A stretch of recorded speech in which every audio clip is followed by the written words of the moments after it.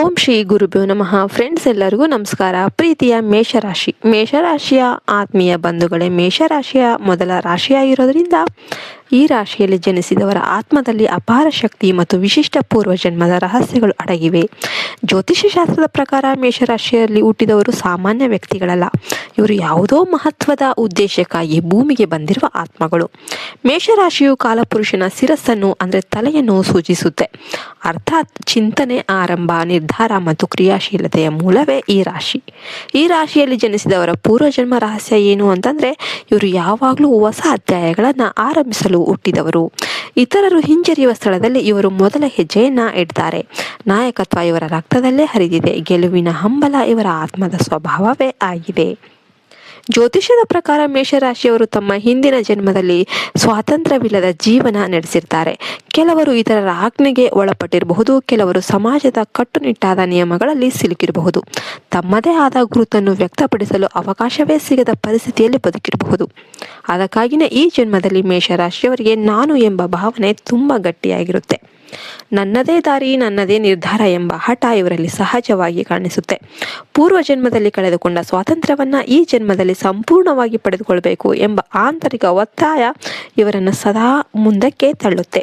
ಪೂರ್ವಜನ್ಮದ ಅಪೂರ್ಣ ಕರ್ಮಗಳ ಪರಿಣಾಮವಾಗಿ ಮೇಷರಾಶಿಯವರು ಕೆಲವೊಮ್ಮೆ ಅತಿಯಾದ ಆತುರರಾಗಿ ಅಥವಾ ಹಠಮಾರಿಗಳಾಗಿ ಕಾಣಿಸಿಕೊಳ್ತಾರೆ. ಇಂದಿನ ಜನ್ಮದಲ್ಲಿ ಯಾವುದೋ ಕೆಲಸವನ್ನು ಅರ್ಧಕ್ಕೆ ಬಿಟ್ಟು ಬಂದಿರುವ ಸಾಧ್ಯತೆ ಇದೆ. ಭಯ ಅಥವಾ ಸಂಶಯದ ಕಾರಣದಿಂದ ತೆಗೆದುಕೊಳ್ಳಲಾಗದ ನಿರ್ಧಾರಗಳು ಈ ಜನ್ಮದಲ್ಲಿ ಧೈರ್ಯವಾಗಿ ಎದುರಿಸಬೇಕಾದ ಪಾಠಗಳಾಗಿ ಎದುರಾಗುತ್ತೆ. ಅದಕ್ಕಾಗಿಯೇ ಮೇಷರಾಶಿಯವರ ಜೀವನದಲ್ಲಿ ಪುನಃ ಪರೀಕ್ಷೆಗಳು ಬರುತ್ತೆ.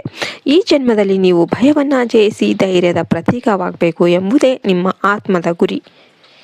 ಮೇಷರಾಶಿಯವರಿಗೆ ಕೋಪ ಬೇಗ ಬರುತ್ತೆ ಎಂಬುದು ಎಲ್ಲರಿಗೂ ಗೊತ್ತಿರುವ ಸಂಗತಿ. ಆದರೆ ಅದರ ಹಿಂದೆ ಇರುವ ಕಾರಣ ಬಹಳ ಆಳವಾಗಿದೆ.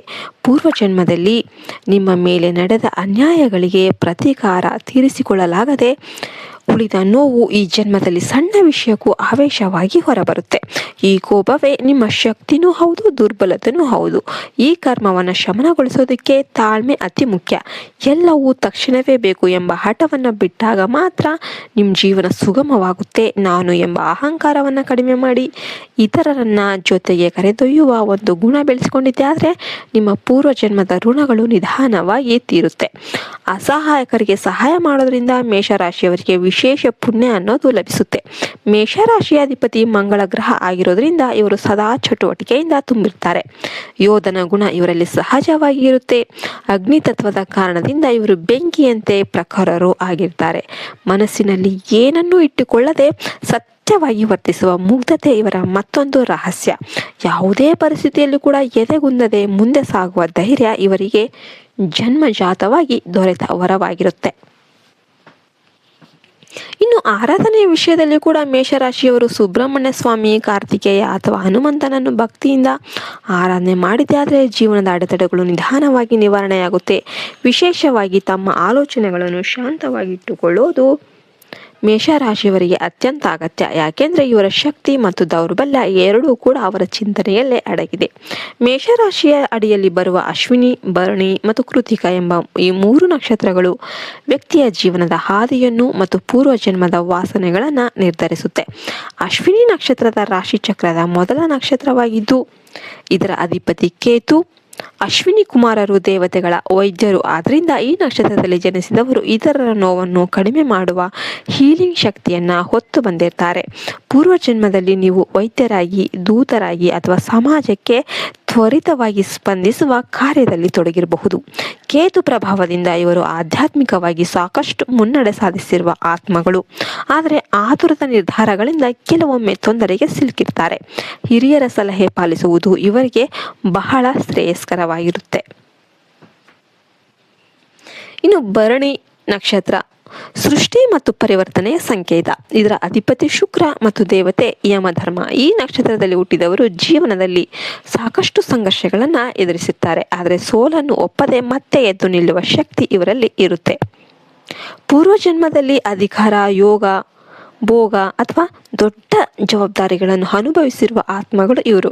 ಈ ಜನ್ಮದಲ್ಲಿ ಲೌಕಿಕ ಆಕರ್ಷಣೆಗಳನ್ನು ನಿಯಂತ್ರಿಸಿ ಸತ್ಯ ಧರ್ಮದ ಮಾರ್ಗವನ್ನು ಆಯ್ಕೆ ಮಾಡಬೇಕಾದ ಪರೀಕ್ಷೆಯನ್ನು ಎದುರಿಸ್ತಾ ಇರ್ತಾರೆ.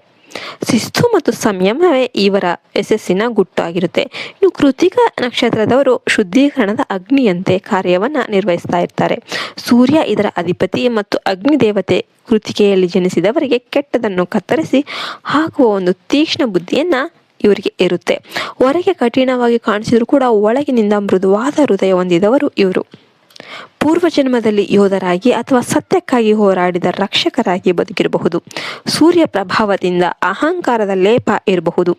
ಆದರೆ ಈ ಜನ್ಮದಲ್ಲಿ ತಮ್ಮ ಶಕ್ತಿಯನ್ನ ಸಮಾಜದ ಒಳ್ಳೆಯತನಕ್ಕಾಗಿ ಬಳಸಿದ್ದೆ ಆದರೆ ಮಹತ್ವದ ಪುಣ್ಯ ಅನ್ನೋದು ಲಭಿಸುತ್ತೆ. ಕೋಪವನ್ನ ನಿಯಂತ್ರಿಸುವುದು ಮತ್ತು ತಾಯಿ ಸಮಾನರಾದ ಸ್ತ್ರೀಯರನ್ನ ಗೌರವಿಸುವುದು ಇವರಿಗೆ ವಿಶೇಷ ಫಲವನ್ನ ನೀಡುತ್ತೆ. ಒಟ್ಟಾರೆ ಹೇಳೋದಾದ್ರೆ ಅಶ್ವಿನಿಯವರು ತಾಳ್ಮೆ ಕಲಿಬೇಕು, ಭರಣಿಯವರು ಶಿಸ್ತಿನ ಜೀವನ ನಡೆಸಬೇಕು, ಕೃತಿಕದವರು ಕೋಪವನ್ನ ಜಯಿಸಬೇಕು. ನರಸಿಂಹಸ್ವಾಮಿ, ದುರ್ಗಾದೇವಿ ಅಥವಾ ದುರ್ಗಾರಾಧನೆ ಮಾಡೋದ್ರಿಂದ ಮೇಷರಾಶಿಯವರ ಪೂರ್ವ ಜನ್ಮದ ದೋಷಗಳು ಕಡಿಮೆಯಾಗಿ ಜೀವನ ಸುಗಮವಾಗಿರುತ್ತೆ. ಪ್ರಿಯ ವೀಕ್ಷಕರೇ, ನಿಮಗೆ ಈ ಮಾಹಿತಿ ಉಪಯುಕ್ತ ಆಗಿದೆ ಅನಿಸಿದರೆ ವಿಡಿಯೋಗೆ ಲೈಕ್ ನೀಡಿ ಮತ್ತು ಚಾನಲ್ಗೆ ಸಬ್ಸ್ಕ್ರೈಬ್ ಮಾಡಿ. ವಿಡಿಯೋಗೆ ಲೈಕ್ ಕೊಟ್ಟು ಜೈ ಶ್ರೀರಾಮ್ ಅಂತ ಕಮೆಂಟ್ ಮಾಡೋದನ್ನ ಯಾವತ್ತೂ ಮರಿಬೇಡಿ. ಜೈ ಹಿಂದ್, ಜೈ ಭಾರತ್ ಮಾತೆ, ಹರಿ ಓಂ ತತ್ಸತ್, ಸರ್ವೇ ಜನ ಸುಖಿನೋ ಭವಂತು.